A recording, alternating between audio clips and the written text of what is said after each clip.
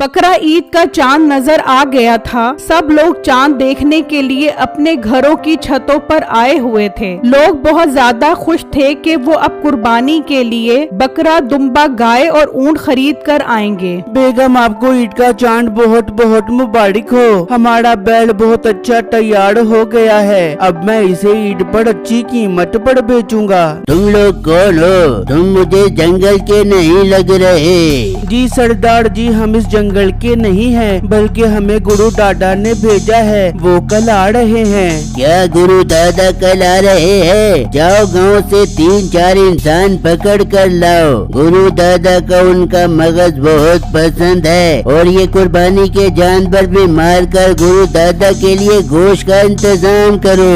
एक वक्त का किस्सा है। मिंटूपुर गांव में मीठे नाम का धोबी अपनी बीवी और सास के साथ रहता था। मीठे ने अपने घर में एक बकरा पाला हुआ था, ये सोचकर कि ईद पर वो उसे अच्छे दामों बेचेगा। मीठे की गांव के करीब नहर के किनारे एक छोटी सी दुकान थी। ओ मीठे, ये कपड़े पकड़ और इन्हें अच्छे से धोई, जरा भी बैल नजर ना आए इसमें। आंटी जी, पहले कभी आपको शिकायत मिली है कपड़ों के बारे में जो ऐसी बात कर रही हो? आंटी किसको बोला? तेरी छोटी बहनों की तरह हूँ बाजी बोल। अभी तो मेरी शादी भी नहीं हुई। शादी होनी भी नहीं है, क्योंकि इस उम्र में रिश्ता नहीं मिलता बल्कि कब्रिस्तान का पता मिलता है। तेरी ये हिम्मत कि तुम मुझसे ज़बान दराजी करेगा? मैं तेरे से कपड़े धुलवाती ही नहीं हूँ, मैं किसी और से धुलवा लूंगी। हाँ हाँ, धुलवा ले किसी और से। मरे नहीं जा रहा तेरे बदबूदार कपड़े धोने के लिए। मीठे की जबान दराजी की वजह से बहुत कम लोग उससे कपड़े धुलवाते थे और उसके मुकाबले में लोग बिट्टू धोबी से अपने कपड़े धुलवाना पसंद करते थे। बिट्टू मेरे कपड़े धो देगा। वो बीटा बगैरत तो बहुत बदतमीज है। अब मैंने उससे कपड़े नहीं धुलवाने। बाजी, मैंने आपको पहले भी मना किया था, उससे कपड़े मत धुलवाया करो। वो एक तो कपड़े अच्छे नहीं धोता और आगे से लोगों से बदतमीजी भी करता है। बिट्टू, तूने मुझे बाजी बोलकर बहुत खुश कर दिया। आज के बाद मैं तेरे से कपड़े धुलवाऊंगी। बिट्टू की कामयाबी की वजह ये भी थी कि उसकी बीवी काम में उसका हाथ बटाती थी और ऊपर से बादशाह के दरबार से कपड़े भी बिट्टू के पास ही आया करते थे। वो बादशाह बहुत अच्छी तबीयत का इंसान था और गांव के लोगों की बहुत मदद करता था। उस गांव से बहुत दूर एक जंगल जहां बहुत सारे जंगली लोग रहते थे, उन लोगों का एक सरदार भी था। ये जंगली लोग गोश्त खाना बहुत पसंद करते थे। हाँ, गोश्त तैयार हो गया है, बहुत भूख लग रही है। जी मालिक, बस गोश्त तैयार होने वाला है। बहुत मुश्किल से आज हिरन का शिकार किया है, उसी का गोश्त तैयार हो रहा है। हाँ, हमें हिरन का गोश्त बहुत पसंद है, जल्दी तैयार करो, हम मजे लेकर खाना चाहते हैं। जी जी मालिक, जैसे तैयार होता है मैं इसकी आंतरियां सबसे पहले आपको खिलाता हूँ। एक दिन मीठा अपनी दुकान पर खड़ा होता है कि उसका दोस्त आता है। अरे मीठे, तू तो बिल्कुल वेला खड़ा है। तेरी दुकान पर तो एक भी ग्राहक नहीं है और उस मोटे बिट्टू के पास तो सारे लोगों का रश लगा है और बादशाह सलामत के सारे कपड़े भी वही धोता है। यार, एक दफा बादशाह सलामत के घर का काम मिल जाए ना तो मेरे मजे हो जाएंगे। कपड़ों को डंडे मार मार के धोकर बादशाह सलामत से खूब पैसे बटोरूंगा। मीठे, उसके लिए तुझे बादशाह सलामत की नजर में बिट्टू को बदनाम करना पड़ेगा। हाँ यार, बात तो बिल्कुल ठीक कर रहा है। लोगों को बदनाम करना तो मेरे बाएं हाथ का काम है और ये काम करने के लिए मेरे दिमाग में एक तरकीब भी आ गई है। शाम में मीठा अपने घर आ जाता है। मीठे, ये बकरा तूने मारने के लिए खरीदा है? ये लकड़ी का बकरा नहीं है, इसे कुछ खिला भी दिया कर।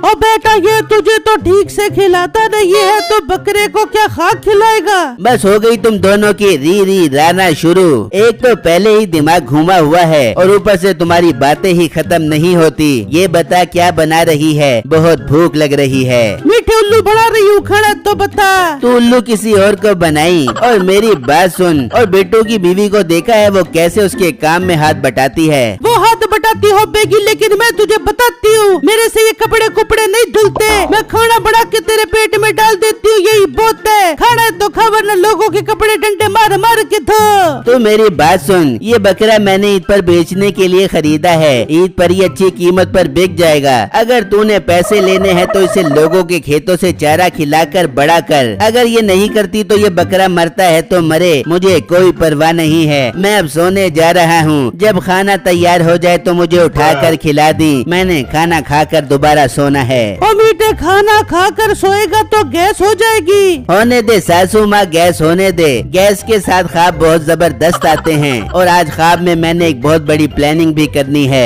ये कहकर मीठा अंदर चला जाता है। नसीबो, वैसे कसम से तेरी पसंद पे भी मैं हैरान हूँ। तेरी आंखों में मोतिया उतरा हुआ था जो तूने इससे पसंद की शादी कर ली। अम्मा ना याद करवाया कर मुझे वो दिन, कसम से मेरी आंखों पर पर्दा आया हुआ था। मुझे लगता था इसके बाद दुनिया में लड़कियां आना बंद हो जाएंगे। चल छोड़, अब जो हो गया तो हो गया। तू बकरे को लोगों के खेतों से चारा खिलाना शुरू कर। ये बिकेगा तो ईद पर तेरे पास अच्छे पैसे आ जाएंगे। अम्मी जान, ये एक नंबर का मनूस इंसान है। ये ईद पर बकरा बेच देगा, मगर मुझे 1 रुपया भी नहीं देगा। वहाँ बिट्टू दोस्त के साथ अपनी दुकान पर होता है। अरे यार, मैंने धोबी गिरी से कुछ पैसे इकट्ठे किए हैं। मैं चाहता हूँ मैं एक बैल का बच्चा खरीद लाऊं ताकि उसे पाल कर ईद पर बेच कर अच्छे पैसे कमा सकूं। बिट्टू, साथ वाले गांव में एक बाबा है, उसके पास एक बहुत अच्छी नस्ल के बैल का बच्चा है। अगर तू उसे पाले तो वो ईद पर बहुत अच्छी कीमत पर बिकेगा।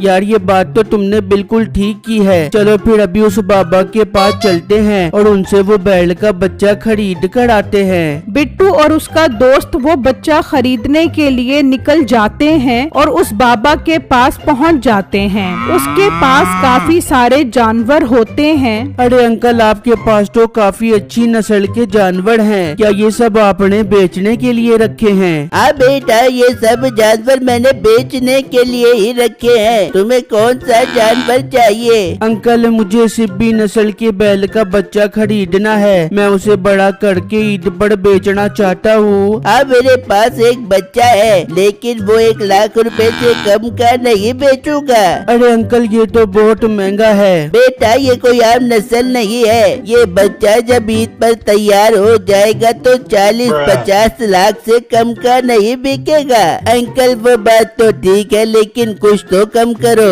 तुम मुझे 90,000 दो और ये बच्चा ले जाओ। बिट्टू ये बात सुनकर खुश हो जाता है और 90,000 में उससे वो बच्चा खरीद कर ले जाता है। फिर जब रात होती है तो मीठा घर से निकलता है और बिट्टू के घर पहुंच जाता है। अरे ये क्या, ये तो बैल का बच्चा है। लगता है ये भी इसे ईद पर बेचने के लिए लाया है। खैर मुझे क्या, मैं जो काम करने आया हूँ वही करता हूँ। फिर मीठा वहाँ पड़े बादशाह के कपड़ों पर रंग डाल देता है और वहाँ से चला जाता है। अगले दिन जब बिट्टू अपनी दुकान पर होता है तो बादशाह का मुलाजिम आता है। हाँ बेटो, बादशाह सलामत के कपड़े धुल गए हैं। जी भाई साहब, सारे कपड़े धुल गए हैं, आप ले जा सकते हो। फिर वो मुलाजिम सारे कपड़े ले जाता है। बादशाह जब कपड़े देखता है तो सब कपड़ों पर दाग होते हैं। ये क्या, ये तो बिट्टू ने हमारे सारे कपड़े खराब कर दिए। हम तो इसे अच्छा धोबी समझते थे, लेकिन ये तो बहुत गंदा निकला। मालिक, मुझे भी नहीं पता था कि ये आपके सारे कपड़े खराब कर देगा। बिट्टू को दरबार में हाजिर करो, हम इससे पूछना चाहते हैं। मुलाजिम गुस्से में बिट्टू के पास आता है। बिट्टू, तुम्हें बादशाह सलामत बुला रहे हैं, चलो मेरे साथ उनके पास। भाई जान, बादशाह सलामत ने मुझे खैर से बुलाया है। एक तो बादशाह सलामत के सारे कपड़े खराब कर दिए और ऊपर से सवाल कर रहे हो। क्या मतलब भाई, ये आप क्या कह रहे हो? मैंने तो बादशाह सलामत के कपड़े बहुत अच्छे से धोए थे। तो चलो, चलकर खुद देख लो। बिट्टू उसके साथ चल पड़ता है और जब दरबार में पहुंचता है तो खुद भी देखकर हैरान रह जाता है। ये तुमने हमारे कपड़ों का क्या हाल कर दिया है? बादशाह सलामत, मुझे खुद इस बात का अंदाजा नहीं है कि ये सब कैसे हो गया। मैंने तो आपके कपड़े बहुत अच्छे से धोए थे।